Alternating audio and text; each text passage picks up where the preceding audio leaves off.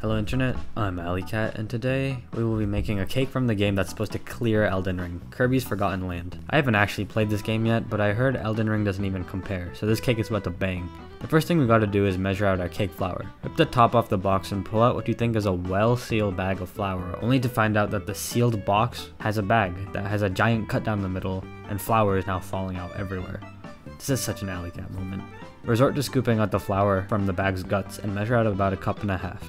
Add 2 teaspoons of baking powder and a cup of sugar and a half a teaspoon of salt. On the stovetop, bring half a cup of milk to a simmer, kill the heat, and throw in half a stick of butter. Let cool on the side for a bit. Now to assemble, grab your mixing appliance of choice and crack in 3 eggs. Make sure you crack them all in with one hand at a time to flex your ego and paddle, yes paddle, on low speed. While that goes, add in your sugar and beat until ribbony. It'll reach a stage where the ribbons fold on each other, called the ribbon stage, and that's where you want to get to. Then a third at a time, add in the rest of your dry ingredients. Once that's fully combined, add in your milk mixture and a teaspoon of vanilla extract.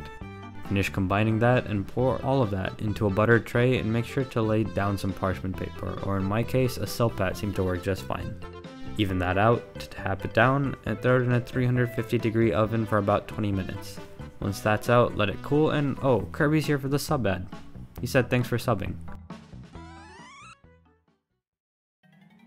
Now we gotta prep the filling. Get your cutting board out, and I realize it's really weird to start the shot with a paper towel, but you're gonna wanna put a paper towel down on the counter. Put your cutting board on top, it stops it from slipping. Pull out your sustainably grown strawberries, wash them, cut them up into pieces, nothing too precise, and transfer to a bowl. I want to be a little original with this strawberry filling, and since I'm actually a genius, I had the idea to soak them in vanilla syrup for a little bit. And I was right, they taste pretty good, and I'm a genius. Mix that up, cover and let sit for a while we deal with our chocolate. Now, I've never chocolatier, so don't kill me for how these turn out. But melt some chocolate chips, I did mine in the microwave because I'm lazy, and shape them into circles with a spoon on a non-stick surface. These will be our wheels for our little Kirby car. I also used a wet spoon to flatten the peaks. This trick works pretty well. Out of the fridge our cake comes, and we're nearly ready to assemble. Turn out and portion what you want to do, and then cut it up. It's a little easier because I did it right here, but make sure all the measurements are correct. Basically, you want to make sure it all just fits together. I cut a bit off mine, and then I cut the base of my car in half for the filling. I also cut off another piece to be the top of the car, this one in which I'll make a little diagonal cut, so like it slants for the front of the car. Whip up some cream for our filling and spread that inside the base. Top that with our insane strawberries and more whipped cream, and boom, Kirby guts.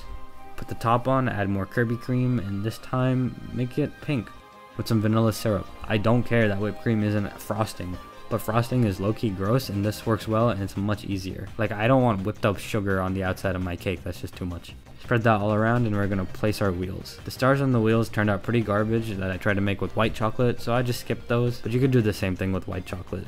Place the wheels on, and I made these little eyes too with some milk chocolate and white chocolate, so put those on too. One of his eyes broke, but we make do, and now we're literally twins. Place one last dollop of whipped cream on top, open the jar, throw on a cherry for garnish, and I'm also going to add a random leaf I found for color's sake. And now, alhamdulillah, he's been baked. I'm also going to put these little roll things I found as the bumper, but you want to use the chocolate wafer rolls that you get from like those craft stores. Those would work better, but I didn't have those, so I just made do. Slice the boy in half and look at his guts. Kirby.